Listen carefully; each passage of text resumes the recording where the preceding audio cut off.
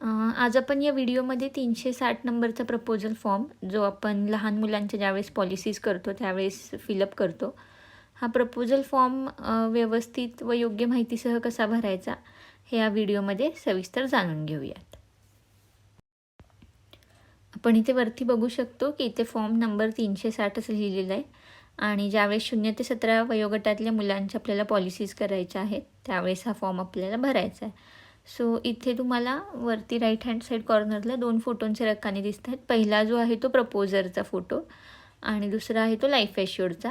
म्हणजे जर आपण एखाद्या बाळाची पॉलिसी करत असू तर लाईफ ॲश्युअर्ड म्हणजे बाळाचा फोटो तिथं लावायचा आहे आणि प्रपोजर म्हणजे त्याचे आई किंवा वडील जे कोणी प्रपोज करते पॉलिसी त्यांचा फोटोसुद्धा आपल्याला तिथे फर्स्ट ह्याच्यामध्ये लावायचा आहे. त्यानंतर नेहमीप्रमाणे फॉर्म ज्यावेळेस भरायला सुरुवात करू त्यावेळेस सगळ्यात पहिल्यांदा तुमचा एजन्सी कोड व्यवस्थित टाकायचा आहे आणि तुमचं नाव. या व्यतिरिक्त तिथं फोन नंबर जरी तुम्ही तुमचा मेन्शन केला तरी चालणार आहे. आता 360 नंबर फॉर्ममध्ये तसं फार काही वेगळं आपल्याला माहिती भरायची नाही आहे.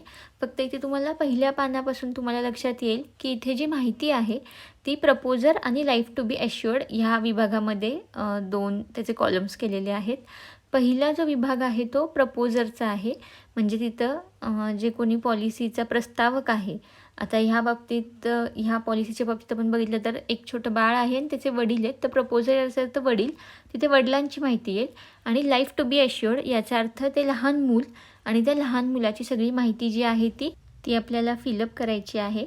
आता इथे नाव, वडिलांचं नाव, आईचं नाव, marital status, spouse full name ह्या पद्धतीचे जे काही प्रश्न विचारलेले आहेत ते दोघांचे त्याची जी काही प्रश्न उत्तरं असतील ती तिथे द्यायची आहेत आपल्याला. त्याच्यानंतर खाली प्लेस ऑफ बर्थ असेल किंवा तुम्ही काय पुरावा देत आहात. तर लहान मुलांच्या बाबतीत ज्यावेळेस 0 ते 4 वर्षाचं मुलं असतं त्यावेळेस जन्माचा दाखला हा कंपल्सरी पुरावा आहे आणि 5 वर्ष व 17 वर्षापर्यंतची जी काही मुलं आहेत त्यांच्यासाठी कंपल्सरी स्कूल ID किंवा स्कूल बोनाफाईड हे तिथं आपल्याला मेन्शन करायचं. त्याच्यानंतरचा पुढे प्रश्न आहे की रिलेशनशिप काय आहे त्या दोघांचं. तर इथे वडील आणि मुलगा असं आहे ते. त्यानंतर पत्ता त्यांचा करस्पॉन्डंट ॲड्रेस तो दोघांचा मिळून एकच लिहिला तरी चालतो, काही तसं प्रॉब्लेम नाही आहे. सो ॲड्रेस फॉर करस्पॉन्डन्स इथे तुम्ही मधल्या ह्याच्यामध्ये येईल या पद्धतीनं लिहिला तरी चालेल. त्यानंतर पान नंबर 2 वरती रेसिडेन्शियल ॲड्रेस तिथेही वरीलप्रमाणे लिहिलं तरी चालेल. आणि ॲड्रेस आउटसाईड इंडिया जर आपण NRI किंवा FNIOच्या पॉलिसी करत असू तर त्या केसमध्ये तिथे आपल्याला ॲड्रेस आउट ऑफ इंडिया जे आहे ते मेन्शन करावं लागेल. खाली KYC PMLमध्ये फार काही मेन्शन करण्यासारखं नाही आहे. वडिलांचा आधार, पॅन वगैरे तेच मेन्शन करायचं आहे आपल्याला. त्यानंतर महत्त्वाचा प्रश्न येतो तो educational details of the life assured म्हणजे लहान बाळाच्या एज्युकेशनल डिटेल्स. मग तिथे प्रश्न विचारला आहे इज द चाइल्ड स्टडिंग, याचा अर्थ ते मूल शाळेत जातं का. तर हो किंवा नाही ह्या दोनपैकी काहीतरी एक उत्तर येईल. जर उत्तर हो असेल तर ते कितवीला आहे ते आपल्याला तिथं लिहायचं आहे. त्याच्याखाली ऑक्युपेशन ऑफ प्रपोजर म्हणजे जो प्रपोजर आहे पॉलिसीचा त्याची काय एज्युकेशन आहे, सध्या काय नोकरी करतात, सोर्स ऑफ इन्कम काय आहे, हे जे काही प्रश्न आहेत ते लिहायचे. पान क्रमांक 3 वरती existing insurance of minor life म्हणजे तिथे आपल्याला त्यांनी जो रकाना दिलेला आहे तर ह्या लहान मुलाच्या आधीच्या काही किंवा सध्या चालू स्थितीतल्या काही पॉलिसीज आहेत का, असतील तर त्याची सगळी डिटेल आपल्याला पॉलिसी नंबर, कुठल्या ब्रँडची पॉलिसी आहे, कोणता प्लॅन आहे, किती लाखाची आहे, ही सगळी माहिती तिथे आपल्याला द्यायची आहे. त्याच्यानंतर खाली 11 नंबरच्या ह्याच्यामध्ये ABCD असे जे काही प्रश्न आहेत त्याच्यात विचारले की आधीच्या काही पॉलिसी LIC तर्फे डिक्लाईन केल्यात का किंवा वेगळ्या काही टर्म्स अँड कंडिशन्सवरती ॲक्सेप्ट झाल्यात का. तर त्याचं उत्तर तिथे नाही असं लिहायचं आहे. त्याच्यानंतर इथे 7व्या क्रमांकाचा जो कॉलम आहे तिथे त्यांनी लहान मुलाचे जे आई वडील भाऊ बहिणी यांच्या पॉलिसींच्या संदर्भातली माहिती विचारली आहे. आणि त्यानंतर तिथे खाली त्यांनी एक प्रश्न विचारला आहे की whether all children are insured equally म्हणजे तुमच्या सगळ्या मुलांना इन्शुरन्स तुम्ही इक्वली दिला आहे का असं तिथे विचारले. तर ह्या बाबतीमध्ये काय होतं आहे की आता हे एकुलते एक मूल असल्यामुळे आपण नाही, एकुलते एक मुले असं तिथं मेन्शन केलेलं आहे. जर एकापेक्षा जास्त मुलं असतील आणि त्यातल्या प्रत्येकाचा इक्वल इन्शुरन्स किंवा प्रत्येकाची पॉलिसी नसेल तर त्यांनी तिथे विचारले रिझन की का तुम्ही इतर मुलांची पॉलिसी तुमच्या घेतलेली नाही ते. त्याच्यानंतर सगळ्यात खाली पेज नंबर 3ला एंडला पण येत होतं mobile number of the proposer, वडिलांचा मोबाईल नंबर आणि email ID of the proposer. खाली signature, thumb impression of the proposer. So तिथे आपल्याला वडिलांचीच सही घ्यायची आहे कंपल्सरी. म्हणजे या केसमध्ये वडील प्रपोजर असल्याने वडिलांची सही. जे कोणी प्रपोजर असेल, जर एखाद्या लहान बाळाच्या पॉलिसीमध्ये आईचं डॉक्युमेंट सोडून आईला आपण प्रपोजर करत असू, तर मग इथे आपल्याला तिची सही घ्यायची. नेक्स्ट आपण पान नंबर 4वरती येऊयात आता. इथे प्रपोज्ड प्लॅन म्हणजे आपण कुठला प्लॅन दिला आहे लहान मुलाला त्याच्याबद्दलची सगळी माहिती द्यायची आहे. प्लॅन टर्म, PPT किती आहे, सम प्रपोज्ड किती आहे म्हणजे किती सम ॲश्युअर्ड आहे, हप्ते कसे भरणार आहे. आणि इथे एक इम्पॉर्टंट प्रश्न विचारला आहे की do you wish to obtain LIC's premium waiver benefit rider.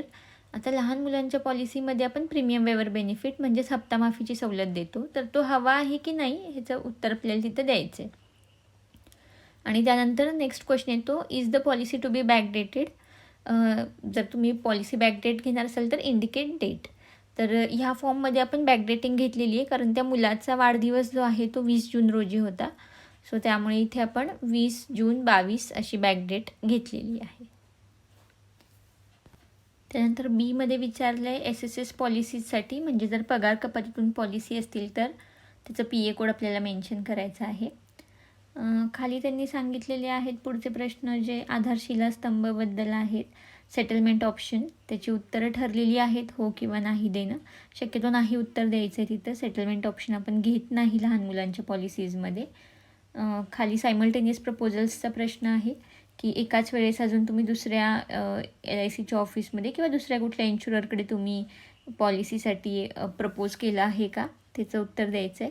खाली कन्सेंट म्हणजे तुम्हाला पॉलिसीचे टर्म्स अँड कंडिशन्स कळालेत का.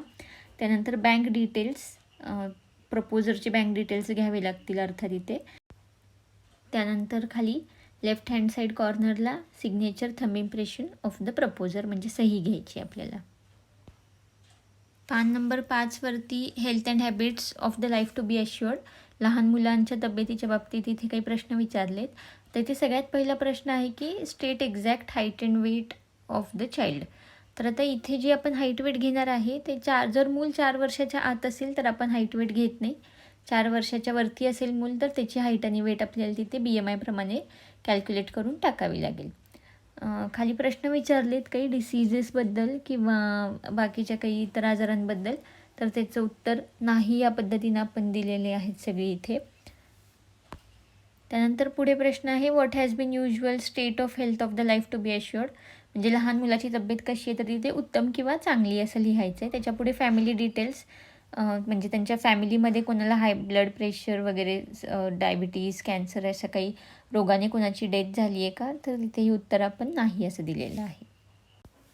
पान नंबर 6वरती लहान मुलाची फॅमिली हिस्ट्री लिहायची आपल्याला, म्हणजे आईवडील, भाऊ बहिणी. खाली खरं तर स्पाऊस अँड चिल्ड्रन्सची गरज नव्हती पण तो मे बी प्रिंटिंग मिस्टेकमुळे रकाना आलेला आहे. त्याच्या खाली signature thumb impression of the proposer म्हणजे प्रस्तावकाची सही तिथं घ्यायची आहे खाली आपल्याला. त्यानंतर परत डिक्लेरेशन बाय द प्रपोजर, तिथे रिकाम्या जागेमध्ये आपल्याला प्रपोजर म्हणजे ह्या केसमध्ये आपण तिथं वडिलांचं नाव लिहिलं आहे. खाली डेटेड ॲट सातारा, कुठल्या प्लेसला तुम्ही हा प्रपोजल फॉर्म भरला आहे त्या पद्धतीने डेटेड ॲट सातारा, तारीख आणि दिवस. पान नंबर 7वरती फक्त आपल्याला एक थोडाच फॉर्म भरायचा आहे. सिग्नेचर ऑफ विटनेस म्हणजे विमा प्रतिनिधीने स्वतःची तिथं सही, नाव, ऑक्युपेशन, ॲड्रेस लिहायचा आहे. आणि त्याच्या समोरच्या बाजूला signature thumb impression of the proposer म्हणजे प्रस्तावकाची सही तिथं घ्यायची आहे आपल्याला. पान नंबर 8वरती खाली सेक्शन 41 ऑफ इन्शुरन्स ॲक्ट 1938 त्याच्या खाली फॉर मायनर लाईव्ज ओनली असं दिलं आहे. तर तिथे सुद्धा सिग्नेचर ऑफ विटनेसच्या इथं विमा प्रतिनिधीने स्वतःची सही करायची आहे आणि त्यानंतर समोर प्रस्तावकाची म्हणजेच प्रपोजरची सही घ्यायची आहे. पान नंबर 9वरती आपल्याला वरती ॲडेंडम टू प्रपोजल, तिथे सिग्नेचर ऑफ विटनेस परत एकदा प्रतिनिधीने स्वतःची सही करायची आहे. डेटेड ॲट वरती स्थळ, तारीख, महिना आणि साल टाकायचं आहे. त्यानंतर समोरच्या बाजूला आपल्याला प्रस्तावकाची सही घ्यायची आहे. आता इथे खाली ॲडेंडम टू प्रपोजल फॉर LIC जीवन तरुण म्हणजे ज्यावेळेस आपण LICचा जीवन तरुण हा प्लॅन समजा पार्टीला देतो आहे तर तिथे आपल्याला 4 ऑप्शन्स दिलेले असतात पैसे मिळण्याचे. त्यातलं कुठलं ऑप्शन तुम्ही सिलेक्ट करताय ते आपल्याला इथे भरायचं आहे. तर तुम्ही जर जीवन तरुण प्लॅन घेत असाल तर त्या केसमध्ये फक्त हा इथला जो कॉलम आहे ॲडेंडम प्रपोजल हा भरून घ्या आणि कुठलं ऑप्शन तुम्ही त्या लहान मुलीला दिलेला आहे त्याच्यावरती टिक करा. पान नंबर 10वरती आपल्याला option to take maturity benefit in instalments, म्हणजे मॅच्युरिटीचे मिळणारे पैसे जे आहेत ते तुम्हाला वन टाईममध्ये हवेत की 5, 10 आणि 15 अशा वर्षामध्ये विभागून हवेत. तर ह्याचं बहुतांश वेळा 300 नंबरमध्ये सुद्धा आपण उत्तर नाही देतो. दोन्हीचंही ॲडेंडम टू जे पुढच्या पानावर येणार आहे की ज्याच्यामध्ये डेथ बेनिफिट इन्स्टॉलमेंटमध्ये हवा आहे का आणि मॅच्युरिटी बेनिफिट इन्स्टॉलमेंटमध्ये हवा आहे का, तर दोन्हीचंही उत्तर नाही. खाली डेट आणि प्लेस टाकायची आहे, सही घ्यायची आहे प्रस्तावकाची आणि खाली त्यांचं नाव टाकायचं आहे. त्यानंतर पान नंबर 12वरती आपण एजंट्स कॉन्फिडेन्शियल रिपोर्ट, जसं आपण 300 नंबरमध्ये भरतो अगदी तसाच इथेही भरायचा आहे. एजंटने स्वतःचं नाव, तिथे एजन्सी कोड टाकायचा आहे. त्याच्यानंतर खाली नेम ऑफ द प्रपोजर आणि लाईफ टू बी ॲश्युर्ड असं दोन्ही विचारलं आहे. त्यामुळं पहिला जो कॉलम आहे तिथं दोघांचंही नाव लिहिलेलं आहे, दोघांचंही एज लिहिलं आहे, कुठला प्लॅन दिला आहे, किती विमा रकमेचा दिला आहे ते लिहिलेलं आहे. आणि त्यानंतर जर खाली तुम्ही प्रश्न वाचले तर हे अगदी 300 नंबरच्या फॉर्मसारखेच आहेत, तर ते त्या पद्धतीने तुम्हाला भरायचे आहेत. Financial assessment by the agent, इथं प्रपोजरचं असेसमेंट करतो आहे आपण की त्याच्या वडिलांना काय सोर्स ऑफ इन्कम आहे आणि किती वार्षिक उत्पन्न वगैरे आहे ते सगळं आपल्याला तिथे त्याची उत्तरं लिहायची आहेत. नेहमीप्रमाणे कुठलाही प्रश्न ह्या एजंट्स कॉन्फिडेन्शियल रिपोर्टमधला अनुत्तरित ठेवायचा नाही आहे. हो किंवा नाही अशी स्पष्ट त्याची उत्तरं आपल्याला द्यायची आहेत.